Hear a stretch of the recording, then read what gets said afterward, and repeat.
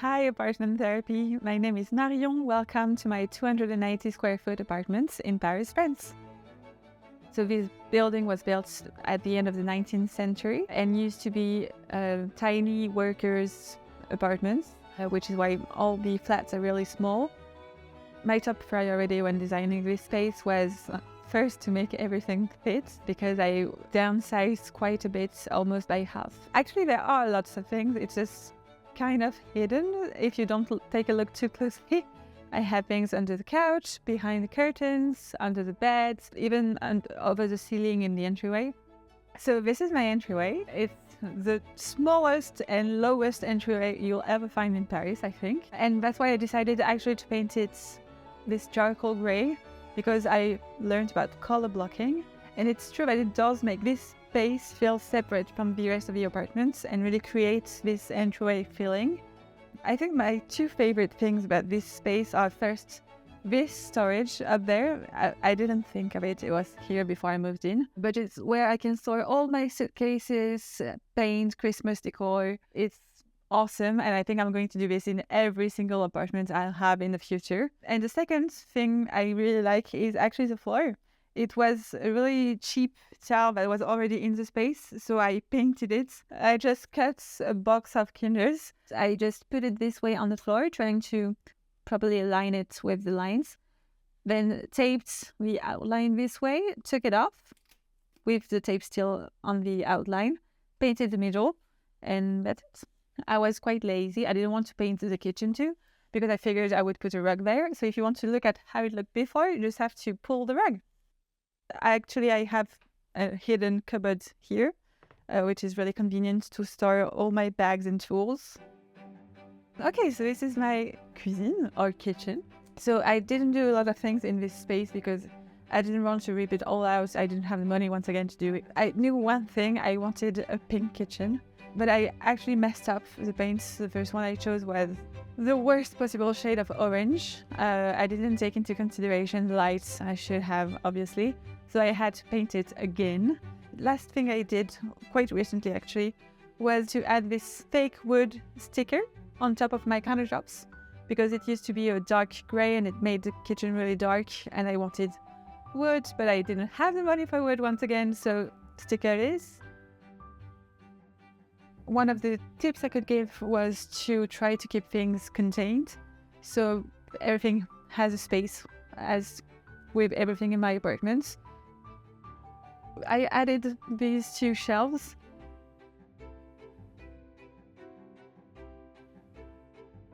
And I also added this small string shelf here to store spices.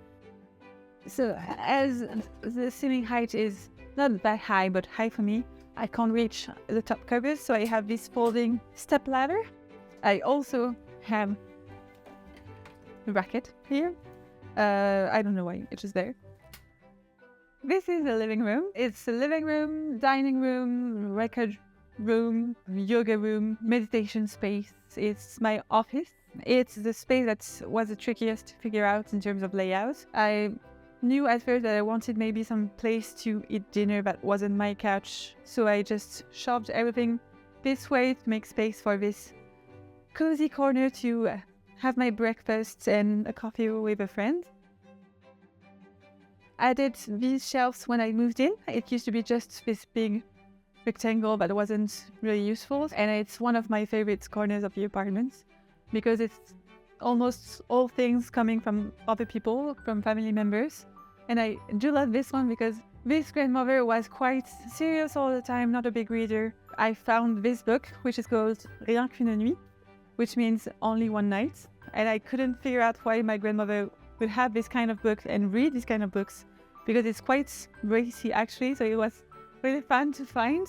This one belonged to my, I think, great, I don't know how many greats, and dated back to 1819, so it's 200 years old.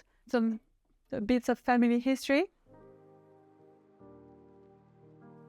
Probably most prized possession, which is this beautiful brass heron with no purpose at all, it's just decorative, but it's from the 70s and it used to live in the interior garden because it was a thing back then to have a garden in your flat.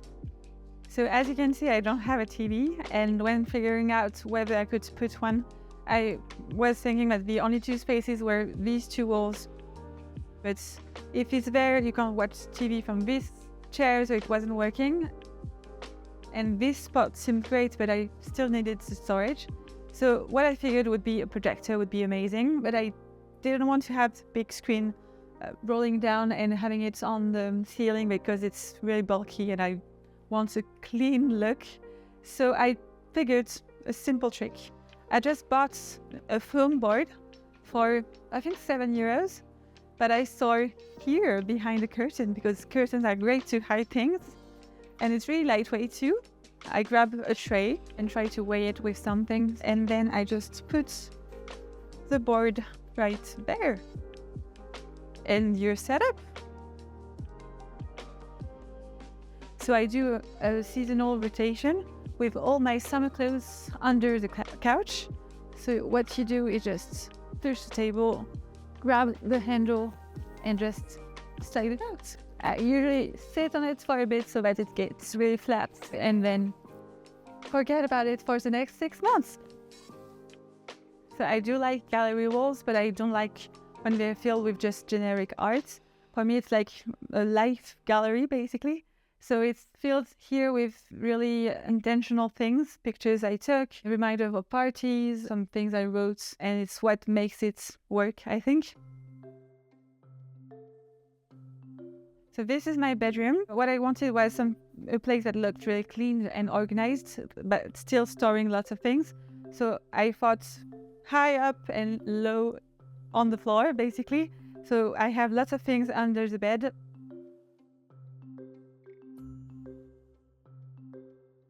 But also things closer to the ceiling with the books on this high shelf. As you can see, all the books are color-coded, and when you see a star stuck on them, it means that I read them. Just a reminder that you can find perfect things in strange places. These tops on bedside tables are actually trays that were the perfect size and that I just put on there to change the look of the table.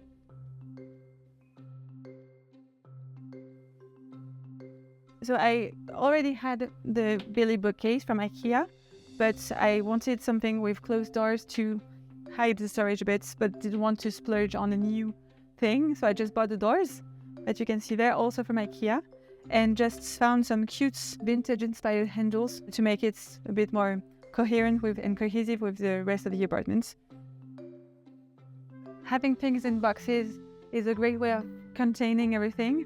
Everything has a space, and at the same time, it's really aesthetically pleasing, which is a plus.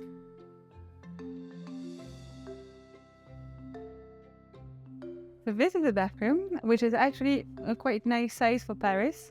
When I moved in, I changed this part of the bathroom with a new sink and moved the washing machine, which used to be there. So put it there behind this cute curtain to make it a bit more cottage inspired. To make it more budget friendly, when I redid the bathroom, I didn't just look in bathroom sections and bathroom materials. For example, the counter came from kitchen supplies. It's usually a kitchen counter, so we had to cut it a bit, but it was way less pricey than using a proper bathroom counter. And these moldings were a new addition. It was really easy to do. I just bought some narrow wood planks, glued them on, and then with the same glue did this joint to make it look seamless, painted it, and that's it. I also added these cupboards to store all my cleaning supplies.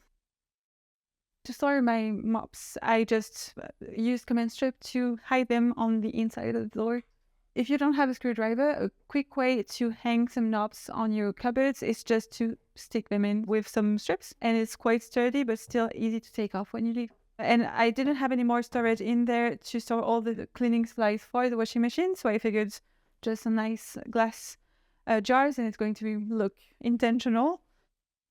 I store towels down there. I store toilet paper up there in the bag and in the basket. I put all my dirty clothes in the hamper over there. This is also from Muji, and it's all my additional sheets as well as towels. So I just bought this bamboo thing to store my products and some nice bottles from Amazon. So a fun fact about this building is that there is a small windowless courtyard near the bathroom, probably 2 meters by 1, so it's really small. And there's just pigeons living there, lots and lots and lots of pigeons. I really wanted to be able to open it, but I think it's so gross with all the pigeon air. Yeah, we live there. It's their space now. But it's a kind of company, so I do like it now. It was a big adjustment for me moving here. For the first, 6 months maybe, I was quite uncomfortable in this place. And I kept repeating that I made a mistake and I would never feel home here. But progressively, it almost happened without me realizing it. But one morning I woke up and made my coffee and sat there, and it was just like, oh, wait, actually this is home now. Home is a place filled with memories of people and places and moments, and just laid out in the open for people to come in and see and understand who you are as a person.